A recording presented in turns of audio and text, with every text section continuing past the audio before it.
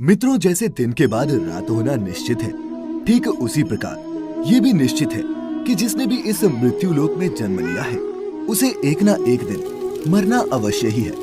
अर्थात अगर पृथ्वी लोक पर कोई सबसे बड़ा सत्य है तो वो है प्राणी की मृत्यु। फिर भी कुछ लोग ऐसे होते हैं जो इस सच्चाई को स्वीकार करना नहीं चाहते। खैर, आप सभी ने देखा होगा कि हिंदू धर्म में मृत्यु के बाद शव को जलाया जाता है। साथ ही आपने ये भी देखा होगा कि अगर किसी की मृत्यु सूर्यास्त के बाद होती है तो उसका दाह संस्कार अगले दिन किया जाता है, रात को नहीं। ऐसे में आपने गौर किया होगा कि किसी परिवार में अगर किसी की मृत्यु शाम के बाद होती है तो उसके शव को अकेला नहीं छोड़ा जाता।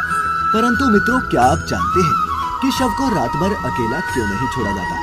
अगर नहीं तो इस वीडियो को अंत तक जरूर देखें, क्योंकि मैं आपको इसी सवाल का जवाब बताने वाला हूँ, जिसका वर्णन गरुड़ पुराण में विस्तार से किया गया है।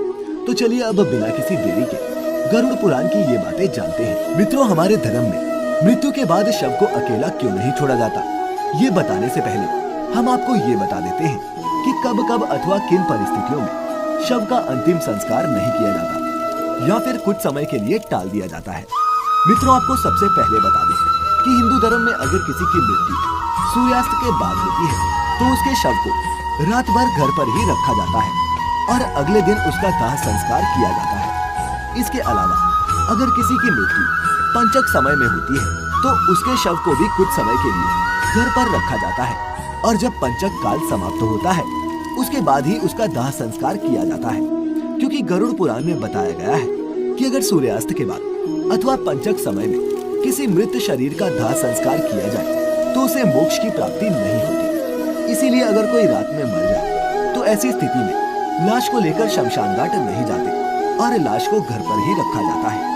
सुबह होने का इंतजार किया जाता है और ऐसे में मृत शरीर को एक भी पल के लिए अकेला नहीं छोड़ा जाता और कोई न कोई व्यक्ति हमेशा रखवाली के लिए मौजूद रहता है। मृत शरीर को अकेला नहीं छोड़ने का सबसे बड़ा कारण है कि अगर शव को अकेला छोड़ दिया जाए तो हो सकता है कि कुत्ते बिल्ली जैसे जानवर उसे नोच खाएं। और गरुड़ पुराण की माने तो ऐसे में मृत आत्मा को भी यमलोक के मार्ग में ऐसी ही यातनाएं सहनी पड़ती हैं। साथ ही ऐसा भी माना जाता है कि अगर शव को अकेला छोड़ दिया जाए तो उससे गंध आने लगती है। ऐसे में ये जरूरी हो जाता है कि वहाँ कोई न कोई व्यक्ति बैठा रहे और धूप या अगरबत्ती शव के चारों तरफ जलाता रहे ताकि शव से आने वाली दुर्गंध चारों ओर न फैले। गरुड़ पुराण के अनुसार भगवान विष्णु गरुड़ जी के पूछने पर कहते हैं, हे पक्षीराज, इन सब के अलावा अगर किसी की मृत्यु हो जाती है और उसकी कोई भी संतान नहीं है, ऐसे समय पर भी शव को घर पर रखा जा सकता है जब तक कि उसका पुत्र या फिर पुत्री न आ जाए। क्योंकि जब खुद की संतान मृत शरीर को मुखाग्नि नहीं देती तो उसका उद्धार नहीं हो पाता, अर्थात वह कई वर्षों तक इसी मृत्यु लोक में भटकता रहता है। इसके बाद विष्णु जी बताते हैं कि सूर्यास्त के बाद अगर किसी मृत शरीर को जला दिया जाए अर्थात उसका अंतिम संस्कार कर दिया जाए तो वह मृत आत्मा असुर, दानव अथवा पिशाच की योनि में जन्म लेती है, जहां उसे कई तरह के कष्ट सहने पड़ते हैं। और यही वजह है कि हिंदू धर्म में रात को अंतिम संस्कार करने से मना किया गया है। आगे विष्णु जी बताते हैं कि रात में मृत शरीर को अकेला छोड़ दिया जाए तो उस शरीर में आसपास भटक रही दुरात्माएं भी प्रवेश कर जाती हैं, जिससे मृतक के साथ साथ उसके परिजनों को भी कई तरह के कष्ट भोगने पड़ते हैं। साथ ही ये भी बताते हैं कि शव को अकेला इसलिए भी नहीं छोड़ा जाता क्योंकि मरे हुए आदमी की आत्मा वहीं पर भटकती रहती है और अपने परिजनों को देखती रहती है।